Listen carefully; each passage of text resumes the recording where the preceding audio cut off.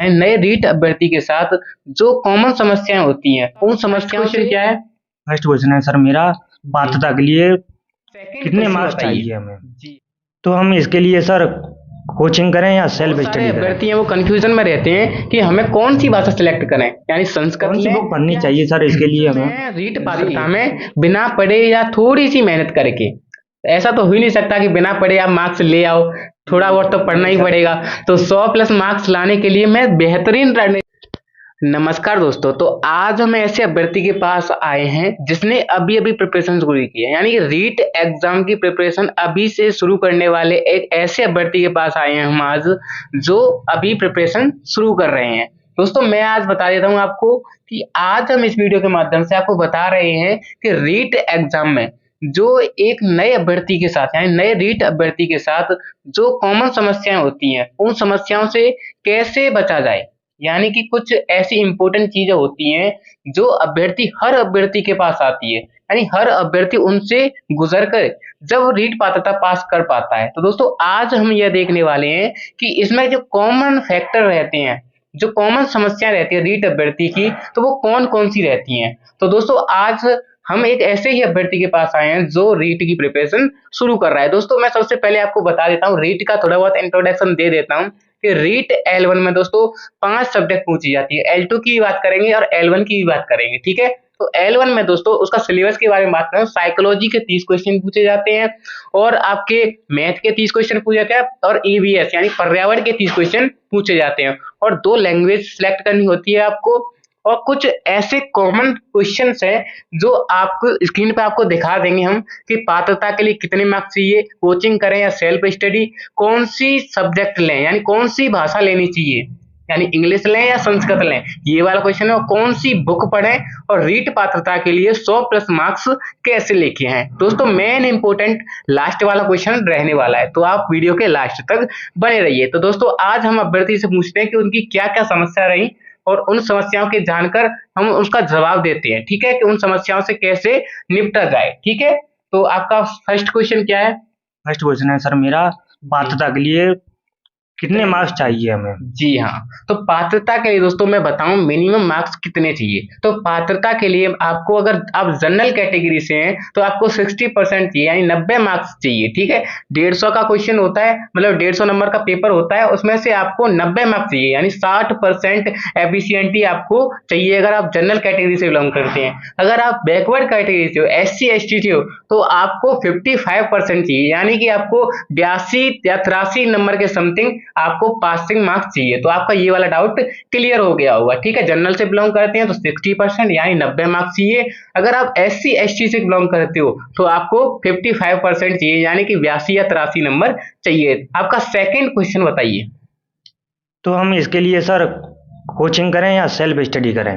जी हाँ, आपका very very important question होता है। बहुत सारे अभ्यर्थी इसके चक्कर में दोस्तों 2 से 3 महीने खराब कर देते हैं। क्या होता है कि कोचिंग करें या सेल्फ स्टडी करें। दोस्तों बहुत सारे अभ्यर्थी होते हैं जो कंफ्यूजन में रहते हैं कि कोचिंग करनी चाहिए मुझे या सेल्फ स्टडी। तो दोस्तों मैं आज आपको बताऊं, देखो ये वाला जो एग्जाम है रीट पात्रता, इसमें क्या है कि मिनिमम 90 मार्क्स लेके आना जनरल कैटेगरी वाले को भी। लेकिन आप सोचते होंगे कि 90 मार्क्स तो मेरे वैसे ही आ जाएंगे। हाँ वैसे आ सकते हैं, लेकिन आप एक प्रतिभाशाली बालक होंगे तो आ सकते हैं। आपने पढ़ा होगा साइकोलॉजी में, प्रतिभाशाली इसकी तीव्र बुद्धि होती है, ठीक है। तो मैं आपको बताने वाला हूं कि इसकी सेल्फ स्टडी करें या खुद से पढ़े या कोचिंग करनी चाहिए। तो कोचिंग करने के लिए दोस्तों मैं आपको बता दूं, अगर आपके पास अच्छा गाइडेंस है, यानी आपके घर में या किसी यूट्यूब चैनल से आपको अच्छा गाइडेंस मिल रहा है, तो आपको कोचिंग करने की बिल्कुल जरूरत नहीं है। आप थर्ड ग्रेड या मेंस एग्जाम की कोचिंग कर सकते हैं, इसके लिए कोई भी कोचिंग की जरूरत नहीं है, क्योंकि इसमें मिनिमम 90 मार्क्स लेके आने और सिलेबस इतना बड़ा है, इतना ज्यादा बड़ा भी नहीं है कि आप 90 मार्क्स ना लेके आए। आप नॉर्मल पढ़ाई भी करोगे ना, फिर भी आप 90 मार्क्स लेके आ सकते हो। आप हमारे चैनल को फॉलो करके भी रखोगे ना, फिर भी 90 मार्क्स आपके आ सकते हैं। तो हम बताएंगे लास्ट में, बताएंगे। आपका लास्ट क्वेश्चन है कि रीट पात्रता में 100+ मार्क्स कैसे लेके आए, वो भी बताएंगे आपको, ठीक है। तो आपका ये वाला क्लियर हो गया है। अगर आपको गाइडेंस की जरूरत है तो आप कोचिंग कर सकते हैं। अगर आप खुद से मोटिवेट हैं तो आपको कोचिंग करने की कोई जरूरत नहीं है। आप सेल्फ स्टडी करके अच्छे से प्रिपरेशन करके इसमें 90+ या 100+ मार्क्स लेके आएंगे। मार्क्स लेने के बाद आप फिर थर्ड ग्रेड की कोचिंग लगा सकते हैं, ठीक है। आपका अगला और सर क्वेश्चन। इसमें हमें पहली भाषा तो हिंदी रहती है। हाँ। और दूसरी भाषा कौन सी लेनी चाहिए जिससे हमारे मार्क्स अप हो सके? जी हाँ, बहुत सारे अभ्यर्थी हैं वो कंफ्यूजन में रहते हैं कि हमें कौन सी भाषा सिलेक्ट करें, यानी संस्कृत लें या हिंदी लें या संस्कृत लें, इंग्लिश लें, कौन सी लैंग्वेज लें। तो दोस्तों मैं आपको बता दूं, आप अगर इस कंफ्यूजन में हैं तो आप सबसे पहले ये देखिए कि आपकी कौन सी भाषा सबसे बेटर है, क्योंकि इसमें आपको 90 मार्क्स चाहिए। मिनिमम कितने मार्क्स चाहिए? 90 मार्क्स चाहिए। तो आपको 90 मार्क्स, 30 नंबर की आपकी सब्जेक्ट आती है एक सब्जेक्ट, और 30 नंबर की दूसरी सब्जेक्ट आती है, 60 नंबर तो यहीं से हो रहे हैं। तो आप पहले ये देखिए कि आपकी कौन सी लैंग्वेज सबसे अच्छी है।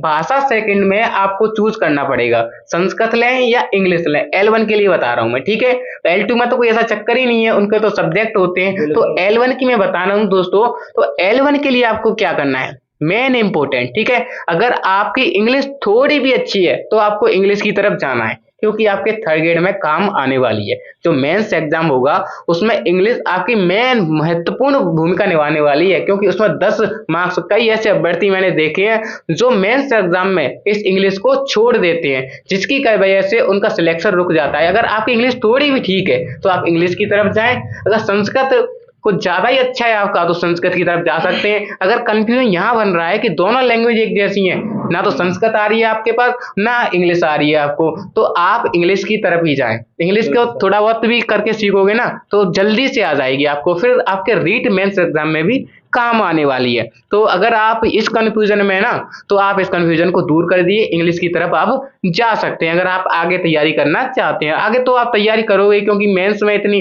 प्री में ही आप इतनी मेहनत कर रहे हो तो मेंस में तो करनी बनती है, ठीक है। तो आपका अगला क्वेश्चन। कौन सी बुक पढ़नी चाहिए सर इसके लिए हमें? जी बिल्कुल, इसके लिए बहुत सारे अभ्यर्थी हैं वो कंफ्यूजन में रहते हैं कि कौन सी बुक पढ़ें। दोस्तों वैसे तो सभी पुस्तकें जो होती हैं वो बढ़िया ही होती हैं, कोई भी पुस्तक बेकार नहीं होती है, लेकिन फिर भी मैं कुछ अपनी पर्सनल राय से बताऊं, कुछ ऐसी इंपॉर्टेंट बुक हैं जो आपके रीट पात्रता के लिए बेहद रामबाण साबित होने वाली हैं। अगर आप रीट मतलब गाइडेंस के तौर पर लेना चाहते हैं तो आप लक्ष्य की बुक की तरफ जा सकते हैं। लक्ष्य बड़ी वाली बुक आती है पूरे सिलेबस की, यानी ईवीएस, मैथ और साइकोलॉजी वाली, तो आप उसकी तरफ जा सकते हैं। एक भाषा वाली आती है, ठीक है। तो गाइडेंस के तौर पर आप लक्ष्य की बुक ले सकते हैं, ठीक है। साइकोलॉजी की मैं बात करूं, साइकोलॉजी के लिए आपको वंदना जादन और धीर सिंह धावई और आर.के. वैष्णव सर की बेस्ट से बेस्ट बुक आपको देखने को मिल जाएगी, ठीक है। तो आप उनकी तरफ जा सकते हैं। और हिंदी की बात करूं दोस्तों, तो हिंदी के आपके पास अगर नोट्स हैं, या आपको पता है 12th की है आपने, बीएससीजी की है, बीएससीजी के लिए भी हिंदी पढ़ी होगी, तो हिंदी इतना खास नहीं है। अगर आपके पास कोई भी नोट्स बने हुए हैं किसी भी टीचर के, तो आप उससे प्रिपरेशन कर सकते हो, ठीक है। मेन बात आती है शिक्षण विधि। शिक्षण विधि कहां से पढ़ें?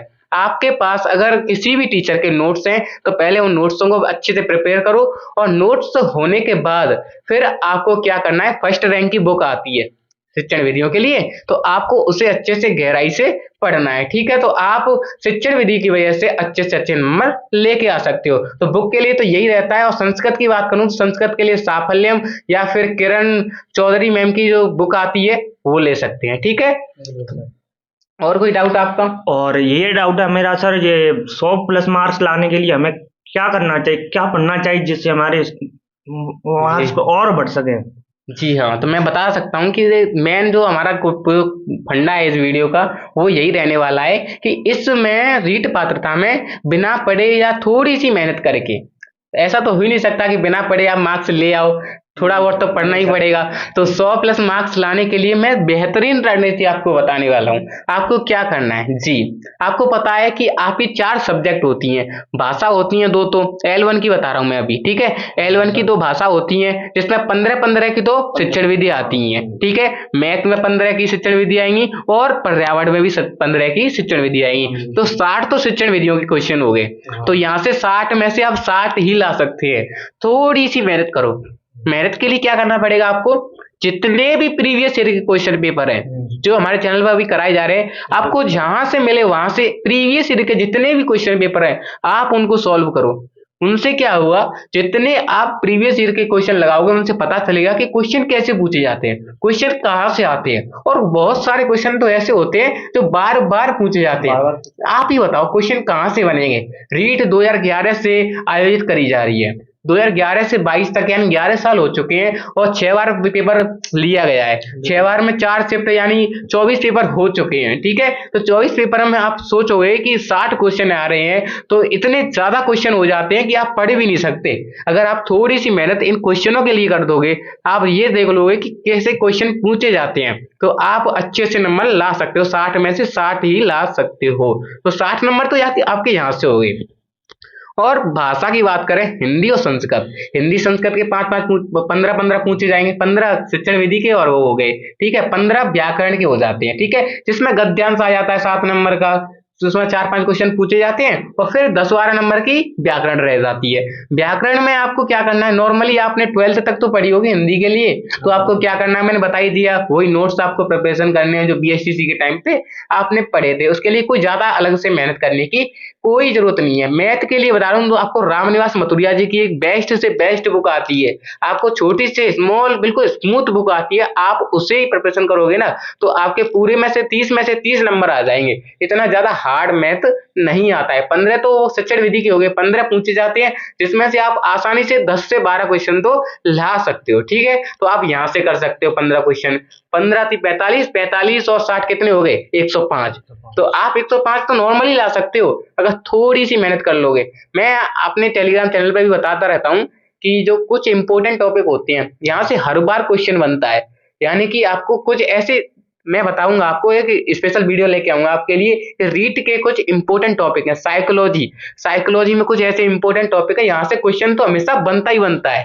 ठीक है, और कुछ ऐसे भी टॉपिक हैं यहाँ से क्वेश्चन बिल्कुल बनते ही नहीं है, फिर भी दे रखे हैं। ठीक है, तो आपके सारे डाउट क्लियर हो गए होंगे? हो गए सर। तो आज का सेशन हम यहीं पे समाप्त करते हैं, और अगर आपका कोई भी समस्या है तो आप हमें कमेंट करके बता सकते हैं। हम आपकी हर एक समस्या का सॉल्व करेंगे और आपको जल्दी से जल्दी रिप्लाई देने की कोशिश करेंगे। तो थैंक यू, धन्यवाद।